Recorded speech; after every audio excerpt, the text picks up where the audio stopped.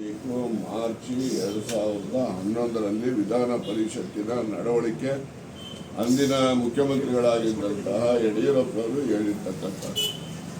ಆ ಹೇಳಿಕೆ ಅದನ್ನು ನಾನು ಇದೇ ಆಸಕ್ತಿ ಕೊಡ್ತೇನೆ.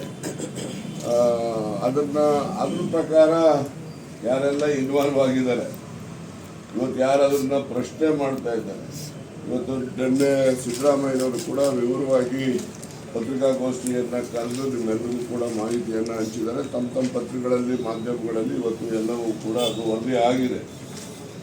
ಅದು ಬಿಟ್ಟು ನಾನು ಬೇರೆ ಏನು ಹೇಳಲಿಕ್ಕೆ ಹೋಗದೆ ಇದೊಂದು ಸೇರಿಸ್ತೇನೆ. ಅವರು ಇದನ್ನು ಹೇಳಲಿಕ್ಕೆ ಹೋಗಿಲ್ಲ. ಇದೊಂದು ನಾನು ಅದಕ್ಕೆ ಸೇರಿಸ್ತಕ್ಕಂಥದ್ದು. ಇವರುಗಳು ಯಾರು ಆರೋಪ ಮಾಡ್ತಾರೆ ಇವರೇ ಎಲ್ಲ ಫಲಾನುಭವಿಗಳು.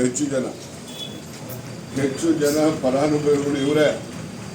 ಇವರು ನಾನು ಬೆಂಗಳೂರಿನಲ್ಲಿ ಇದ್ಕೊಂಡು ನಾನು ಮಂಡ್ಯದಲ್ಲಿ ವಾಸ ಮಾಡ್ತಿದ್ದೀನಿ, ನಾನು ಶ್ರೀರಂಗಪಟ್ಟಣದಲ್ಲಿ ವಾಸ ಮಾಡ್ತಿದ್ದೀನಿ, ನಾನು ಮೈಸೂರಲ್ಲಿ ವಾಸ ಮಾಡ್ತಾ ಇದ್ದೀನಿ, ನನಗೆ ಈ ಸೈಟ್ ಕೊಡಿ ಆ ಸೈಟ್ ಕೊಡಿ ಅಂತ ಎಲ್ಲ ಫಾಲ್ಸ್ ಡಿಕ್ಲರೇಷನ್ಸು ಇವ್ರುಗಳೇ ಕೊಟ್ಕೊಂಡು ಎಲ್ಲ ಮೂಡದಲ್ಲಿ ಜಾಗ ತಗೊಂಡಿರ್ತಕ್ಕಂಥವ್ರು ಇವರೇ.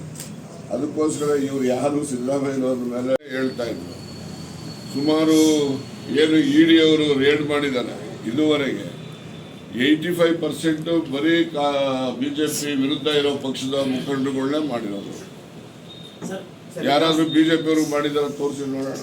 ಸಿಎಂ ರೇಸ್ ಅಲ್ಲಿ ಇಲ್ಲ, ಅವ್ರ ಮಾತಿಗೆ ನಾನು ಯಾವುದೇ ಪ್ರತಿಕ್ರಿಯೆ ಕೊಡೋದಿಲ್ಲ. ಇದು 4, ಒಂದು ಅಂಬೇಡ್ಕರ್ ಅಭಿವೃದ್ಧಿ ನಿಗಮ, ಒಂದು ದೇವರಾಜ ಅರಸು, ಇನ್ನೊಂದು ಯಾವುದು ಅಲ್ಪಸಂಖ್ಯಾತರದ್ದು, ಯಾವುದೊಂದು ಕಮ್ಯುನಿಟಿ ವೈಸ್. ಈಗ ಅಲ್ಪಸಂಖ್ಯಾತರ ನಿಗಮದಲ್ಲಿ ಬಿಡಿ. ಈಗ ದೇವರಾಜ ಅರಸು ನಿಗಮದಲ್ಲಿ ಮೊದಲು 50-100.11 ಇಟ್ಕೊಳ್ಳಿ. ಈಗ ಎಲ್ಲ ಜಾತಿಗಳದವರು ನಿಗಮದಲ್ಲಿ ಎಲ್ಲವೂ 2-3 ಹೊರಟೋಗಿರ್ತಾರೆ. ಇವನ್ನೇ ಹಂಚಿರ್ತಕ್ಕಂಥದ್ದು ಬಿಟ್ಟರೆ ಏನು ಹೊಸದಾಗಿ ಏನು ಬಂದಿರೋದಿಲ್ಲ. ಅದರಿಂದ ಸಂಖ್ಯೆ ಕಡಿಮೆ ಆಗಿದೆ. ಮತ್ತು ನೀವು ಹೇಳ್ದಂಗೆ ನನಗೂ ಕೂಡ ಅದರಲ್ಲಿ ಪ್ರೋಗ್ರೆಸ್ಸು ಭಾಳ ಕಡಿಮೆ ಇದೆ ಅಂತಕ್ಕಂಥ ಭಾವನೆ ನನಗೂ ಕೂಡ ಇದೆ. ಅದು ಹೈಕೋರ್ಟ್ಗೆಲ್ಲ ಹೋಯ್ತಲ್ರಿ. 23-24 ಕೂಡ ಕೊಟ್ಟಿಲ್ಲ. 20-21, 21-22, 22-23 ಹೀಗೆ ಈ ವರ್ಷದ್ದು ಕೂಡ ಹೈಕೋರ್ಟ್ ರಿಲ್ಲರ್ಸು ಅದಕ್ಕೆ ತಡೆಯಾಗಲೇ ತಂದಿದ್ದಂಥದ್ದಿದೆ. ಹೈಕೋರ್ಟಲ್ಲಿ ಹೋದ ಮೇಲೆ ಮುಗೀತದ್ದು.